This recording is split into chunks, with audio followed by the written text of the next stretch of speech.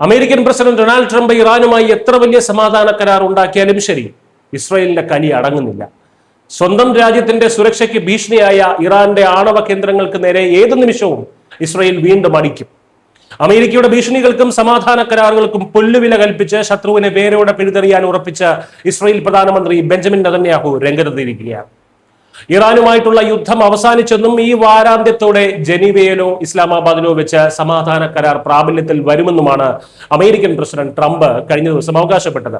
എന്നാൽ ഇതിന് തൊട്ടു പിന്നാലെ അമേരിക്കയും ഇറാനെയും ഒരുപോലെ ഞെട്ടിച്ചുകൊണ്ട് നെതന്യാഹു തുറന്നടിച്ചു.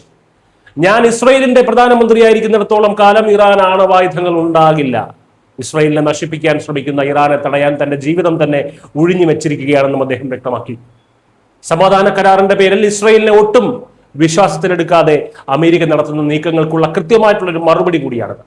ഈ പ്രതിസന്ധിയുടെ യഥാർത്ഥ കാരണം അമേരിക്കയുടെ ഇരട്ടത്താപ്പാണ്. 2026 നടന്ന രൂക്ഷമായിട്ടുള്ള പോരാട്ടങ്ങൾക്ക് ശേഷം ഹോർമൂസ് കടലിടുക്കിലെ എണ്ണക്കടത്ത് പുനരാരംഭിക്കാനും അമേരിക്കൻ സമ്പദ് വ്യവസ്ഥയെ രക്ഷിക്കാനും വേണ്ടി മാത്രമാണ് ട്രംപ് ഇപ്പോൾ ഇറാനുമായി ഒരു ഒത്തുതീർപ്പിന് ശ്രമിക്കുന്നത്. എന്നാൽ ഇസ്രായേലിനെ സംബന്ധിച്ചിടത്തോളം ഇറാൻ എന്നത് ഒരു സാമ്പത്തിക പ്രശ്നമല്ല, മറിച്ച് അസ്തിത്വപരമായിട്ടുള്ള ഭീഷണിയാണ്. ഇറാൻ അവരുടെ ആണവ പദ്ധതികൾ പൂർണ്ണമായും ഉപേക്ഷിക്കാതെ വെറുമൊരു കടലാസ് കരാറിന്റെ അടിസ്ഥാനത്തിൽ അവരെ വിശ്വസിക്കാൻ ഇസ്രായേൽ ഒരുക്കമല്ല. വിട്ടുവീഴ്ചകൾ ചെയ്യാൻ കഴിയാത്ത വിധം നെതന്യാഹു ട്രംപിനെ ഒരു നയതന്ത്ര കെണിയിൽ പൂട്ടുകയാണ് ചെയ്തിരിക്കുന്നത്. ഇസ്രായേലിന്റെ സുരക്ഷ ഉറപ്പാക്കാതെ ഇറാന് സിവിലിയൻ ആണവ ആവശ്യങ്ങൾക്കുള്ള അനുമതി നൽകിക്കൊണ്ട് അമേരിക്ക മുന്നോട്ട് പോയാൽ ഇറാനിലെ ആണവ കേന്ദ്രങ്ങൾക്ക് നേരെ നേരിട്ട് ആക്രമണം നടത്താനുള്ള കൃത്യമായിട്ടുള്ള മുന്നറിയിപ്പ് കൂടിയാണ് നെതന്യാഹു നൽകുന്നത്. ഇവിടെയാണ് ഭാരതത്തെ പോലെ സ്വന്തം പരമാധികാരത്തിന് വില കൽപ്പിക്കുന്ന ഒരു രാഷ്ട്രത്തിന്റെ കരുത്ത് ഇസ്രായേൽ കാണിക്കുന്നത്. ആഗോള വിപണിയിലെ താല്പര്യങ്ങൾക്ക് വേണ്ടി അമേരിക്ക സ്വന്തം മിത്രങ്ങളെ പോലും വഞ്ചിക്കാൻ മടിക്കില്ല എന്ന സത്യം നെതന്യാഹുവിന് നന്നായി അറിയാം.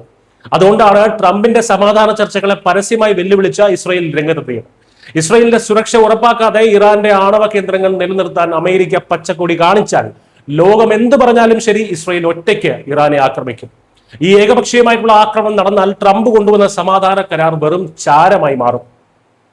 അമേരിക്കയുടെയും ഇസ്രായേലിന്റെയും താല്പര്യങ്ങൾ ഇപ്പോൾ രണ്ടാണെന്നാണ് ഈ ഒരു സംഭവത്തോടെ ലോകത്തിന് മുന്നിൽ വ്യക്തമായിരിക്കുകയാണ്.